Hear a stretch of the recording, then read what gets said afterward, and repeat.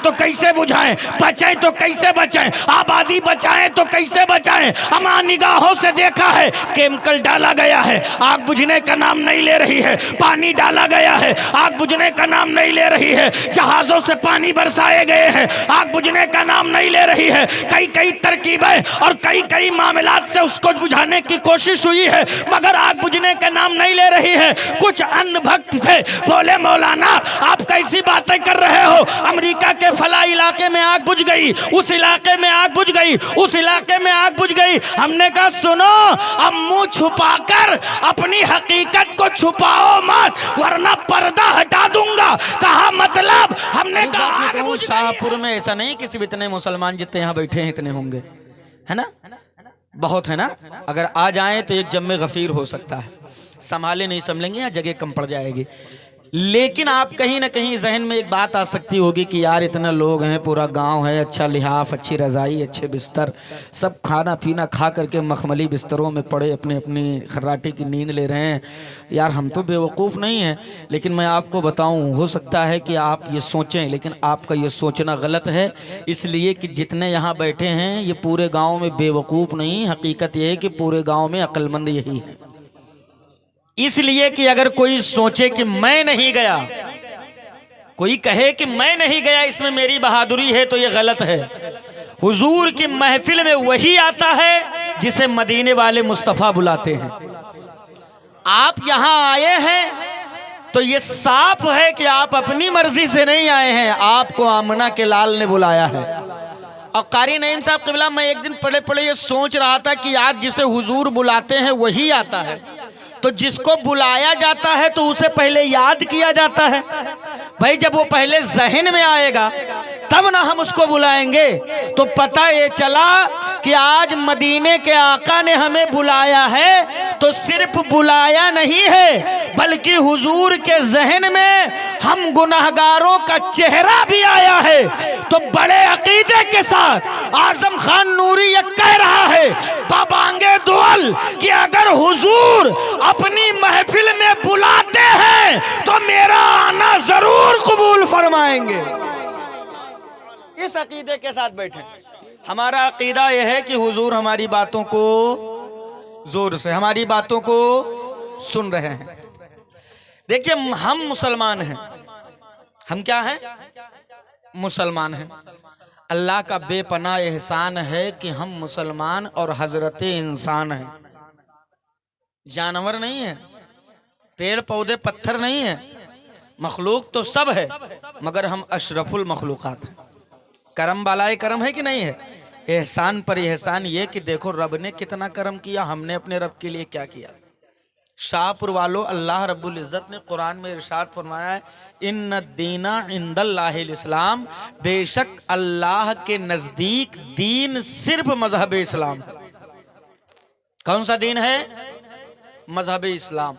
और ये इस्लाम एक ऐसा मजहब है कि जिसको मिटाने के लिए अव्वल से लेकर अब तक और अब से लेकर कयामत तक इस्लाम को मिटाने के लिए पूरी दुनिया मुत्तहिद होकर इस्लाम के पीछे पड़ेगी। लेकिन तारीख गवाह है कि इस्लाम न कल दबा था, न आज दबा है, न सुबह कयामत तक, न सुबह कयामत तक। और तारीख शाहिद है, ये इस्लाम है, इस्लाम।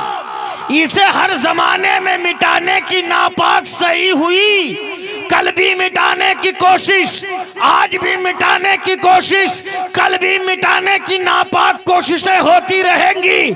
लेकिन तारीख पढ़कर देख लो, इतिहास का पन्ना पलट कर देख लो, अमा जब जब दुनिया मुत्तहिद होकर इस्लाम को मिटाने निकली है, इस्लाम ने एक नई तारीख लिखी है। आज भी जमाना इस्लाम के पीछे पड़ा है। मेरा ईमान कहता है इस्लाम फिर कोई नई तारीख लिखने वाला है। आजम खान ने कह दिया कुफ्र सुन ले, इस्लाम की फितरत में कुदरत ने लचक दी है, जितना ही दबाओगे उतना ही उभरेगा। दबाओ जितना दबाना है। इस्लाम न कल दबा था, न आज दबा है, न सुबह कयामत तक नहीं, अल्लाह का एहसान है, इस्लाम को जब मिटाया गया, इस्लाम ने एक नई तारीख, जोर से बोले, एक नई तारीख लिखी है। इस्लाम एक नई तारीख लिखी है। इसीलिए तो आजम खान नूरी बबांगे दुवल कहता है, जमाने वालों मुस्तफ़ा वाले न कल डरे थे, ना आज डरे हैं, न सुबह क़यामत तक डरेंगे।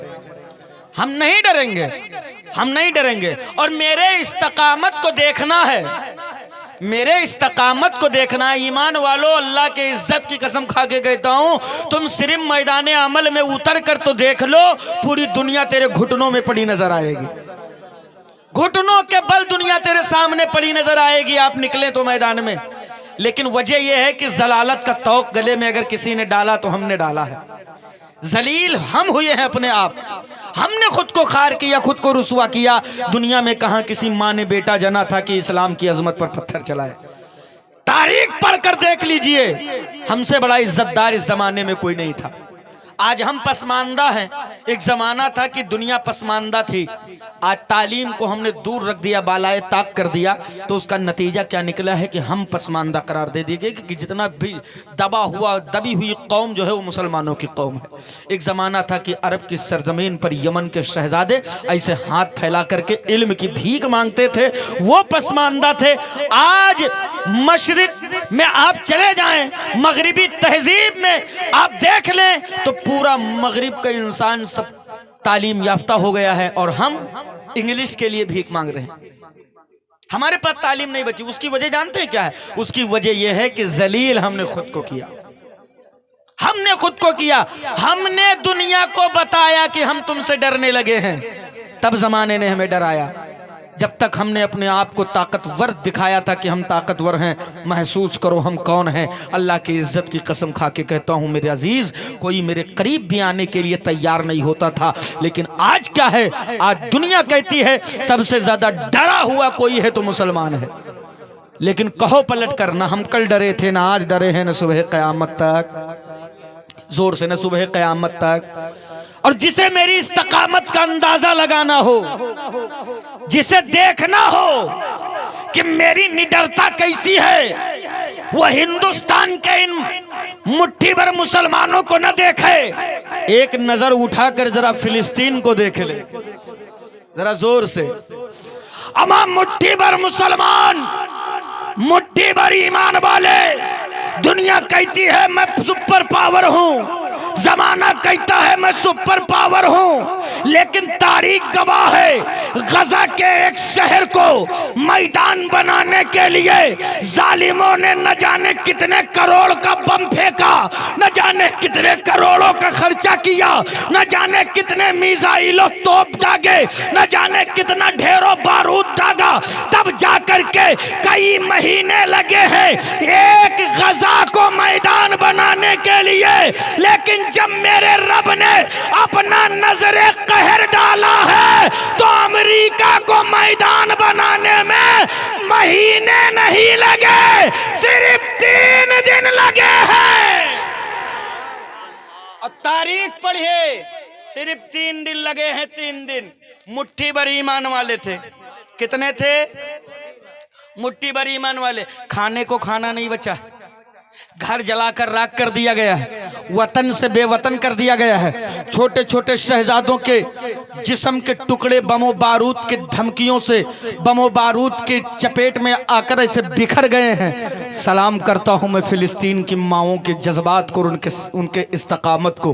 वो माएँ अपने छोटे छोटे बच्चों के जिस्म के टुकड़े समेट रही हैं, कभी हाथ अपने आंचल में रख रही हैं, कभी सर अपने आंचल में रख रही हैं, कभी पैर अपने आंचल में रख रही हैं, कभी वो कटी पिटी लाशों के टुकड़े माए अपनी आंचल में रख रख करके और रब्बे काबा की बारगाह में बस एक ही अर्जी लगा रही है, करीमा देख ले जालिमों का जुल्म किस कदर मेरी औलादों पे जुल्म के नंगे पहाड़ तोड़े गए हैं, न जुल्म का नंगा नाच नचाया गया है, बर्बरियत के चट्टान तोड़े गए हैं।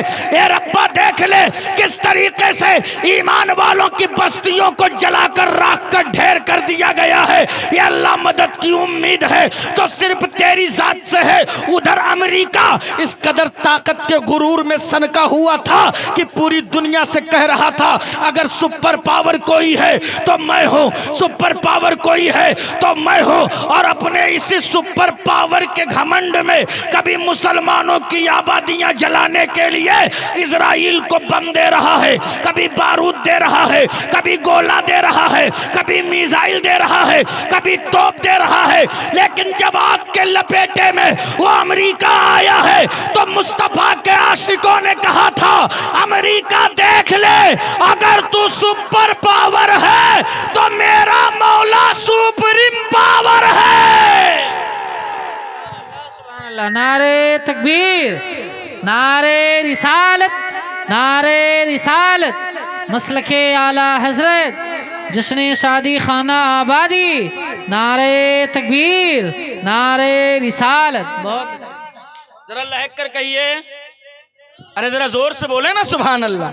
ऐसे नहीं और जिंदगी से बोले ना या रसूल अल्लाह। लगी है आग अमेरिका पर, तो आग के शोलों में जब अमेरिका आया है ना, इतना बड़ा पावरफुल इंसान था जो अपने आप को कहता था दुनिया को मैं खरीदने की ताकत रखता हूँ, जमाने को मैं मिटाने की ताकत रखता हूँ। लेकिन देख लीजिए वीडियो गवाह है, जब अमेरिका की इमारतें आग के लपेटे में आई हैं तो अमेरिका बौखला गया, अमेरिका पगला गया। अब करें तो क्या करें, आग बुझाएं तो कैसे बुझाएं, बचाएं तो कैसे बचाएं, आबादी बचाएं तो कैसे बचाएं। हमारी निगाहों से देखा है केमिकल डाला गया है, आग बुझने का नाम नहीं ले रही है, पानी डाला गया है, आग बुझने का नाम नहीं ले रही है, जहाजों से पानी बरसाए गए हैं, आग बुझने का नाम नहीं ले रही है। कई कई तरकीबें और कई कई मामलात से उसको बुझाने की कोशिश हुई है, मगर आग बुझने का नाम नहीं ले रही है। कुछ अन्य भक्त थे, बोले मौलाना आप कैसी बातें कर रहे हो, अमेरिका के फला इलाके में आग बुझ गई,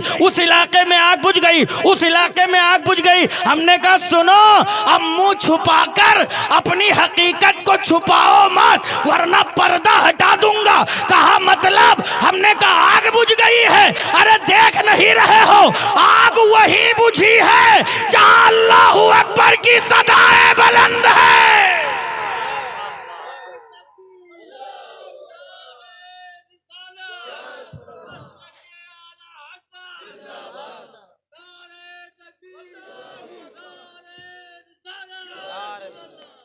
मगर अफसोस वो ईमान वाले हैं, ईमान वाले, घर जले, बच्चे लुटे, मुल्क से बेमुल्क, वतन से बेवतन, खाना मिला तो खाए, नहीं मिला तो पेट पर पत्थर। इस तरीके से वो बच्चे अपने सब्रो इस्तफाए इस्तकलाल में जुम्बिश तक नहीं आने दे रहे हैं। मुस्तफा के तो असल गुलाम वो है, वो हुसैनियत का सिर्फ दम नहीं भर रहे बल्कि नक्शे हुसैन पर, नक्शे कदम हुसैन पर वो बच्चे अमल करके सारी दुनिया को बता रहे हैं। ये जमाने वालों सुन लो, अगर बमो बारूद से डराओगे ईमान वाले नहीं डरेंगे, तेरे तोबो तलवार से ईमान वाले नहीं डरेंगे। इसलिए कि इस्लाम का ये मामला है कि मेरे मुस्तफा ने आशिकों की घुट्टी में ये इश्क पिला दिया है कि जब जब इस्लाम पर आ जाएगा नबी के गुलाम मुस्तफा के कदमों पर अपनी गर्दनें कटाते नजर आएंगे। लेकिन आज हिंदुस्तान का हाल क्या है, हमारे यहाँ का मुआशरा क्या है? हम चलेंगे, हम काटेंगे, हम कटाएंगे गर्दन। ये मुआशरा जो हमारे यहाँ हजरत क्रिएट किया गया, ये सिर्फ और सिर्फ इस बुनियाद पर मुसलमान बना कि मैं हड्डी खोर हूं। जो जितना बड़ा हड्डी खोर, जितना बड़ा गोश्त खोर, उतना बड़ा मुसलमान। ये इस्लाम की पहचान है? ये इस्लाम की पहचान नहीं है। इस्लाम की पहचान गलत तरीके से तुमने दुनिया के सामने पेश किया, एक गलत चेहरा ज़माने के सामने पेश किया है। यही वजह है कि आज सारी दुनिया इस्लाम पर हावी होने की कोशिश कर रही है। मगर घबराना नहीं, इस्लाम के पीछे तो हर ज़माने में लोग पड़े हैं, मगर इस्लाम का नक्कल बाल बेका हुआ था, ना आज हुआ है, ना सुबह क़यामत तक होगा। अरे मुझे तो तारीख़ का वो पन्ना याद है कि जब आमना के चांद ने फारान की चोटी को मिंबर हक बनाया था, 40 साल की उम्र होने के बाद बाद में जब मुस्तफ़ा ने ऐलान नबूवत किया था, एक खुदा के प्रचारों प्रसार किया था, मजहब इस्लाम का झंडा लहराया था, तो पूरा मक्का जो हुजूर के कंधे से कंधा मिलाकर चलने को तैयार था, वो पूरा मक्का मुस्तफ़ा का दुश्मन बन गया था। हाँ हाँ, यहाँ तक कि मुस्तफ़ा के जो घर वाले थे वो भी सब हुजूर के दुश्मन बन गए थे। कई दिनों तक ये मामलात चलते रहे। पूरे मक्के में मीटिंग पे मीटिंग हो रही है, दुश्मन इकट्ठा हो रहे हैं। इस्लाम को कैसे मिटाया जाए, इस्लाम को कैसे मिटाया जाए। शाहपुर के जिंदा दिल मुसलमानों, अब यहीं से एक जहन ले लो, तन्हा मेरे मुस्तफ़ा है जिन्होंने इस्लाम का ऐलान किया। पूरा मक्का और पूरी दुनिया मिल करके उस एक को मिटाने का मंसूबा बना रहे, लेकिन जब तारीख पढ़ा तो मेरी आंखें खीरा है कि पूरा जमाना मिलकर उस एक को मिटाकर जीरो न कर सका, बल्कि रब का ऐसा करम हुआ कि एक से बढ़कर 4 हो गए। कितने हो गए? 4। 4 से 3 नहीं हुए, 4 से 40 हो गए, 40 से 400 हो गए, 4000 हो गए, 4 लाख हो गए, 4 करोड़ हो गए, 4 अरब हो गए। और आज पूरी दुनिया में हम मुसलमानों की तादाद अल्हम्दुलिल्लाह रब्बिल आलमीन अच्छी खासी है, ये बढ़ती जा रही है। कोई इस इस्लाम को मिटा नहीं पाएगा। जब अकेले मेरे मुस्तफ़ा थे तब न मिटा पाए, जब सिर्फ 4 मेरे मुस्तफ़ा के दीवाने थे तब न मिटा पाए, जब सिर्फ 40 थे हुजूर के गुलाम तब न मिटा पाए। अमा आज तो बस्तियों की बस्ती ईमान वाली है। आज तो मुस्तफ़ा के जो है माशरे इस्लाम का बच्चा बच्चा मुस्तफ़ा जाने रहमत का दीवाना है। अमा यार, आज भी हम वो जज्बा रखते हैं जैसे कल हमें सैयदना बिलाल हबशी ने ये पैगाम दिया था कि नबी का जो दीवाना होगा वो जान तो दे सकता है, लेकिन मुस्तफ़ा का दिया हुआ ईमान नहीं दे सकता। ये जहन कहां से मिला है? ये जहन हमें हजरत बिलाल हबशी से मिला है। ये लोगों तो आजम खान नूरी एक पैगाम दे करके जा रहा है, अगर आप हुजूर के गुलाम हैं तो खाली रस्मी गुलाम न बने, गुलाम हैं तो गुलामी का हक अदा करें। अब गुलामी का हक कैसे अदा होगा? गुलामी का हक कैसे अदा होगा? आज हमारे बच्चों की तरबियत में इस्लाम नाम की कोई चीज नहीं बची। हमने सबसे पहले तो अपना रिश्ता मदरसों से और मौलवियों से तोड़ लिया। ये एक बहुत कड़वा सच है जिसे आपको पीना पड़ेगा। मदरसों से, आलिमों से अपना रिश्ता हमने मुनक़ता कर लिया। अब आप ना मदरसा के करीब गए ना आपका बेटा गया, तो जब ना बेटा मदरसे के करीब जाएगा ना आलिम के करीब जाएगा, तो उस बच्चे को कैसे पता चलेगा कि जिस बाप को मैं गाली दे रहा हूं, लाठी बरसा रहा हूं, ये कोई और नहीं, ये मेरे जन्नत का दरवाजा है।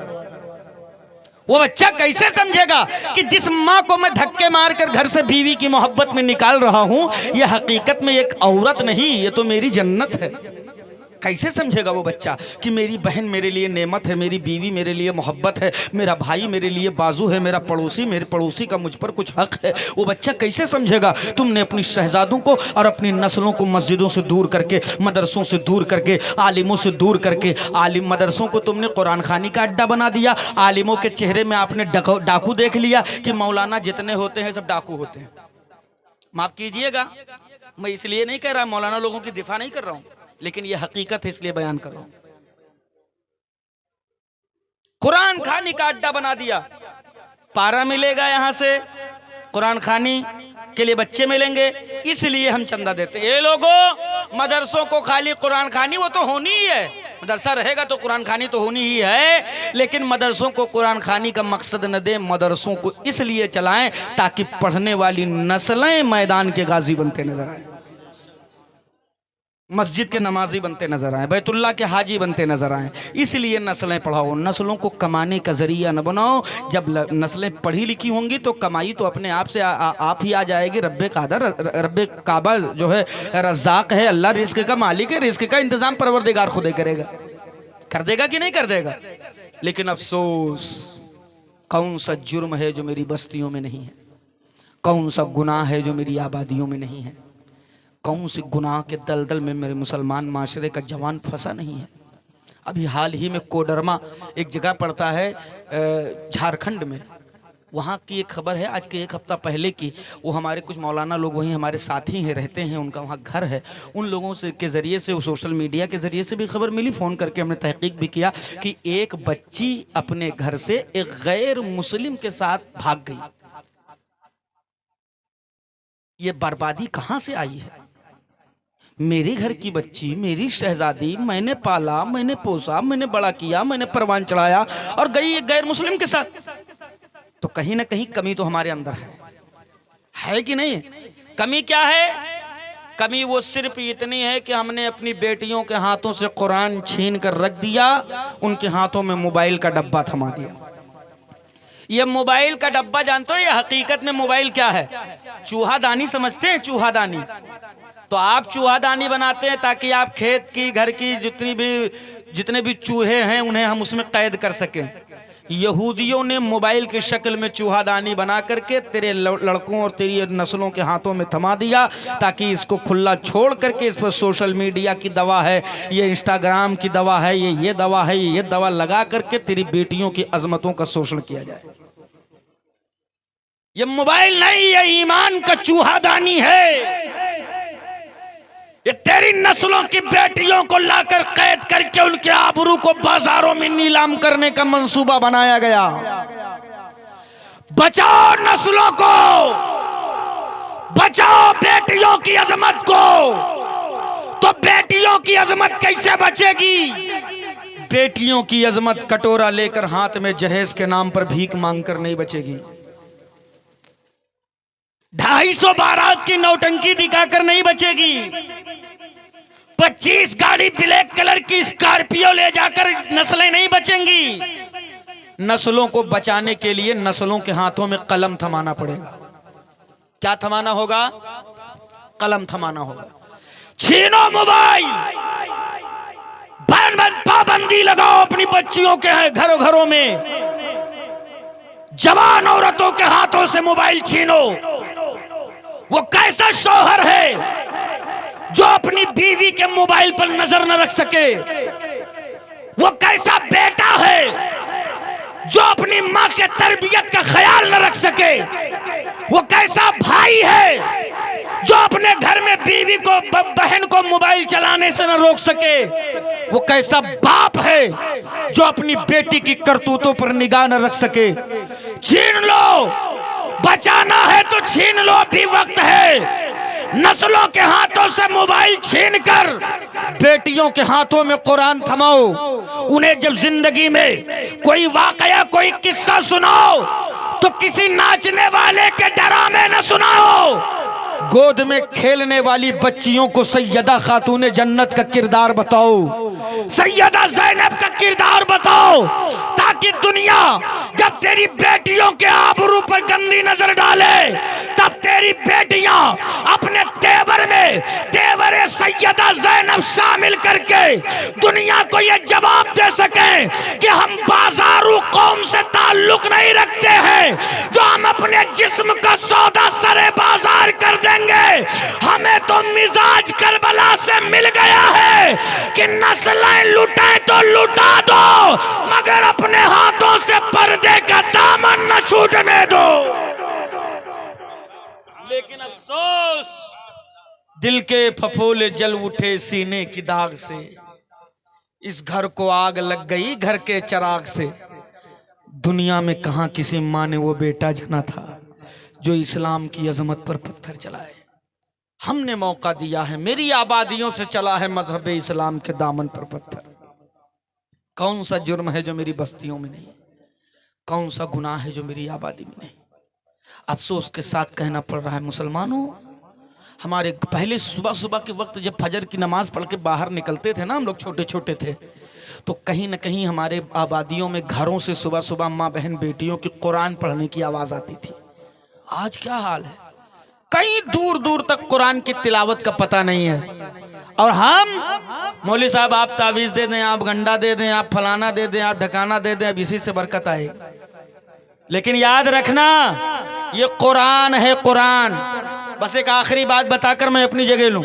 कुरान की अजमत समझिए कारी साहब क़िबला, दुआएं चाहता हूं।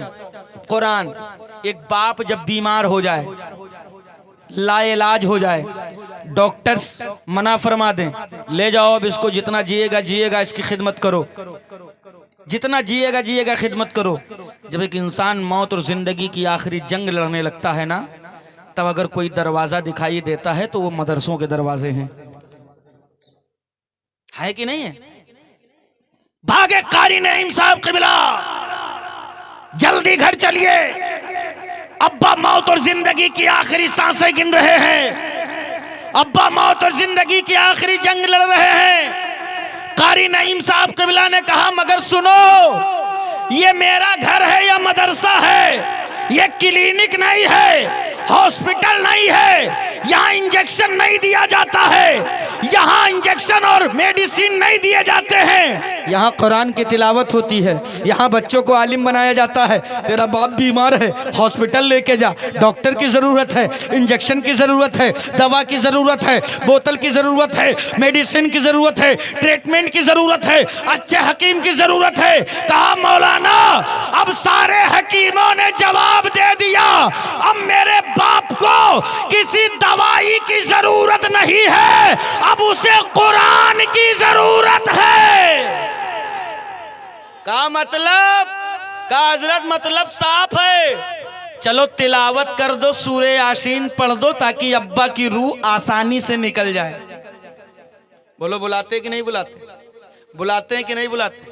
तो हम ये समझते हैं ना कि अब्बा की मौत का वक्त आ गया है, रूह निकल रही है मगर निकल नहीं पा रही है, तो अब्बा की रूह की आसानी के लिए कारी नईम साहब क़िबला को, कारी नसीम साहब क़िबला को, कारी जो है इकरार साहब क़िबला को चलो बुला लाएं, ताकि यासीन शरीफ पढ़ दें। यासीन शरीफ जब पढ़ेंगे तो अब्बा की रूह बड़े आसानी के साथ निकल जाएगी। आप इतना तो समझ गए कि अगर कुरान की तिलावत, उलमा की दुआएं चाहता हूँ कि अगर कुरान की तिलावत कर दिया जाए तो रूह आसानी से निकल जाए। ये मुसलमान, तो फिर तू ये क्यों भूल रहा है कि जो कुरान की एक सूरत का ये आलम हो कि पढ़ दिया जाए तो रूह आसानी से निकल जाए, तो मुकम्मल तरीके से अगर कुरान पढ़ा जाए, मेरा ईमान है हमारी पूरी जिंदगी आसान हो जाएगी।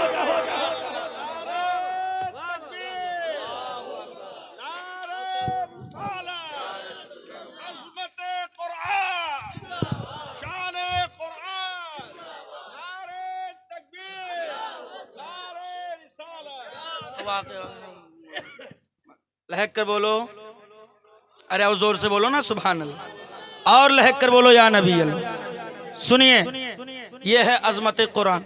अब जरा मदरसों की अजमत समझ लें। समझेंगे कि नहीं समझेंगे? समझेंगे कि नहीं समझेंगे? आज दुनिया कहती है, कारी साहब तवज्जो चाहता हूँ, सुनिए, आज दुनिया कहती है मदरसों का क्या किरदार है। सीधे मदरसों का क्या किरदार है? हमने कहा मियाँ मदरसों का किरदार अगर कुछ नहीं है तो आप ही ने मदरसों को क्या लाद दिया है, क्या दे दिया है आप ही ने मदरसों को?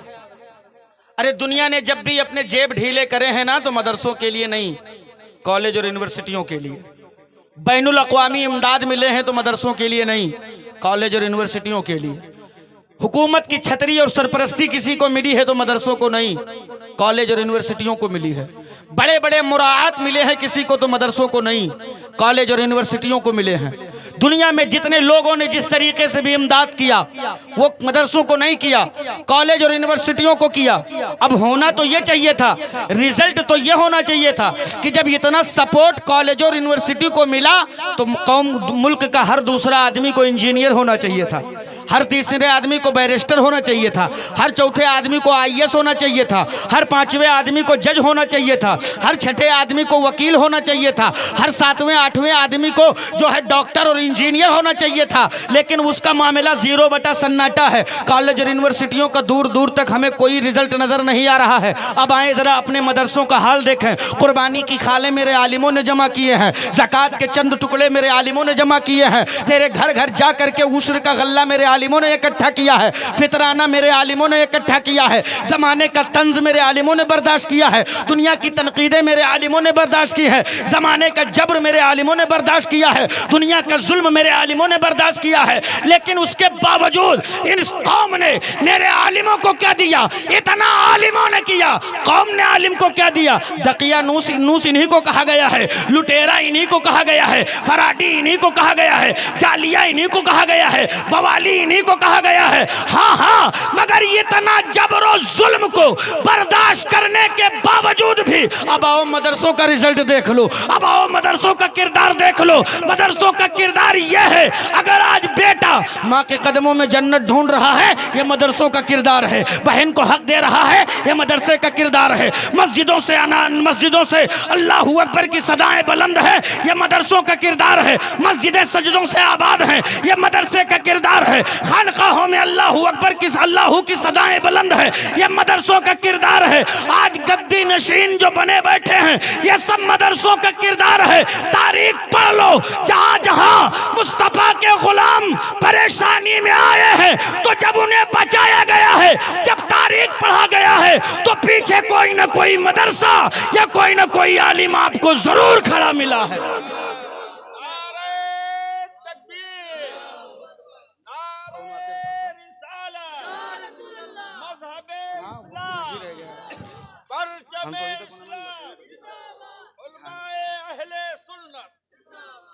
बात समझ में आ रही है ना? नींद उन तो नहीं है, नींद की हालत में भैया सुनना भी मत।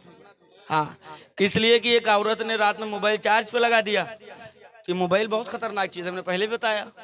रात में मोबाइल चार्ज पे लगा के लेट गई, उसका शौहर 3 बजे कारी नईम साहब उठा तो देखा कि बीवी का मोबाइल चार्जिंग पे लगा अपने आप ही जला। तो आदमी ने सोचा कि यार खैरियत तो है, मेरी बीवी का मोबाइल इतनी रात को ऐसे काहे जला। गया मोबाइल के करीब, एक मैसेज देखा तो लाख बगूला लाल पीला, सोती हुई बेगम को एक जोरदार तमाचा रख दिया।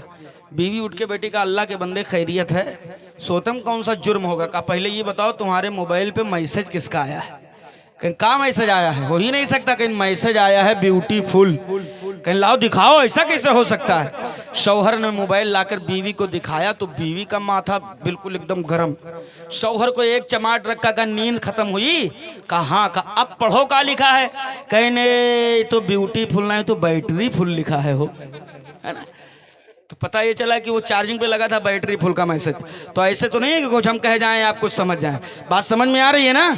जरा लहक कर कहिए या रसूल अल्लाह, और जिंदगी से कहिए या नबी अल्लाह। मिजाज बनाओ तो इस्लामाना मिजाज बनाओ, आशिकाना मिजाज बनाओ, दुनिया को बताओ हमें डराने की कोशिश कर रहे हो। हम तो इसलिए कि हम क्यों नहीं डरते जानते हो? इसलिए हम नहीं डरते हैं कि मेरा जो खुदा है वो बाजार में बिकता नहीं है,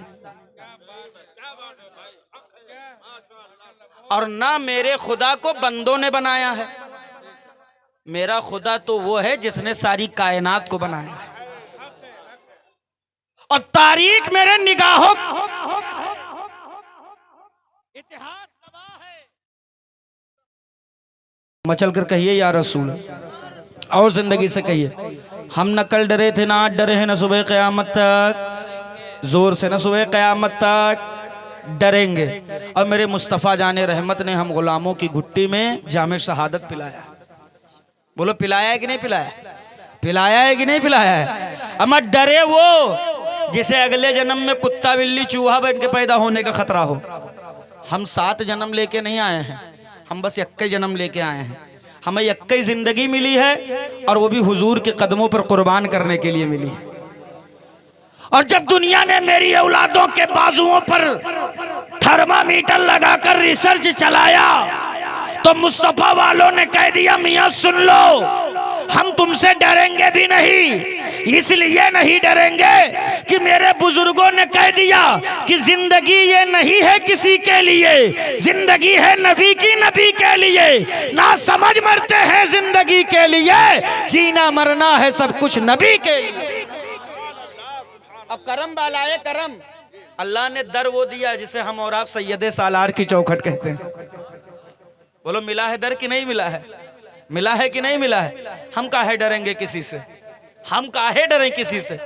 खूब डराया, बच्चों की लाशें नाली में तैरा के डराया, बेटियों के टुकड़े करके फ्रीजों में लगा के डराया, मेरी आबादियों पे बमो बारूद की बारिशें करके डराया, मेरी बस्तियों को जला के डराया, मेरे घरों को सुलगा के डराया, मेरी बेटियों के आबरू पे हमले करके डराया, मुझे भूखा रख करके डराया, मेरी आबादियों में गुर्बत का तमाशा करके डराया, तालीम से दूर करके डराया। कैसे कैसे नहीं डराया, हर कोशिश करके मुझे डराया, सारे हथकंडे अपनाए गए, मगर सैयदे सालार के गुलामों से जब कुफ्र ने कहा था डरो, तो नबी वालों ने कहा डरें तो किससे डरें? कहा इसलिए डरो कि मेरी औलादों के हाथों में हथियार है। तो नबी वाला बोल पड़ा, अमा चुप, अगर तेरे पास हथियार है तो हम गुलामों के पास सैयदे सालार है,